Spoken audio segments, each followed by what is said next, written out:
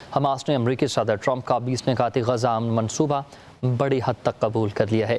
یرغمال اسرائیلی قیدیوں کی رہائی اور غزہ کا کنٹرول فلسطینی اتھارٹی کے سپرد کرنے پر آمادگی ظاہر کر دی گئی۔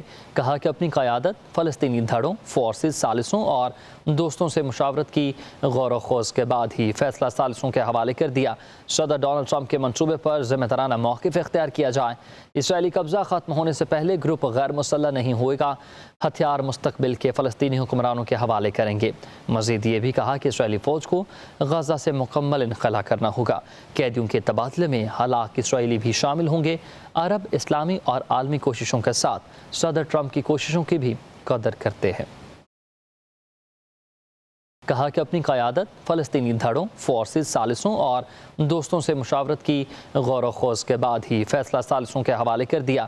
صدر ڈونلڈ ٹرمپ کے منصوبے پر ذمہ دارانہ موقف اختیار کیا جائے، اسرائیلی قبضہ ختم ہونے سے پہلے گروپ غیر مسلح نہیں ہوئے گا، ہتھیار مستقبل کے فلسطینی حکمرانوں کے حوالے کریں گے۔ مزید یہ بھی کہا کہ اسرائیلی فوج کو غزہ سے مکمل انخلا کرنا ہوگا، قیدیوں کے تبادلے میں ہلاک اسرائیلی بھی شامل ہوں گے، عرب، اسلامی اور عالمی کوششوں کے ساتھ صدر ٹرمپ کی کوششوں کی بھی قدر کرتے ہیں۔ کہا کہ اپنی قیادت فلسطینی دھڑوں، فورسز، ثالثوں اور دوستوں سے مشاورت کی غور و خوض کے بعد ہی فیصلہ ثالثوں کے حوالے کر دیا۔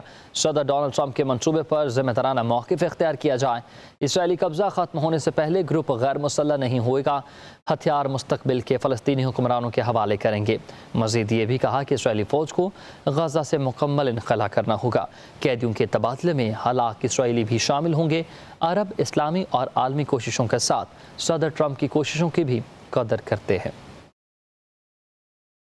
کہا کہ اپنی قیادت فلسطینی دھڑوں، فورسز، ثالثوں اور دوستوں سے مشاورت کی غور و خوض کے بعد ہی فیصلہ ثالثوں کے حوالے کر دیا۔ صدر ڈونلڈ ٹرمپ کے منصوبے پر ذمہ دارانہ موقف اختیار کیا جائے، اسرائیلی قبضہ ختم ہونے سے پہلے گروپ غیر مسلح نہیں ہوئے گا، ہتھیار مستقبل کے فلسطینی حکمرانوں کے حوالے کریں گے۔ مزید یہ بھی کہا کہ اسرائیلی فوج کو غزہ سے مکمل انخلا کرنا ہوگا، قیدیوں کے تبادلے میں ہلاک اسرائیلی بھی شامل ہوں گے، عرب، اسلامی اور عالمی کوششوں کے ساتھ صدر ٹرمپ کی کوششوں کی بھی قدر کرتے ہیں۔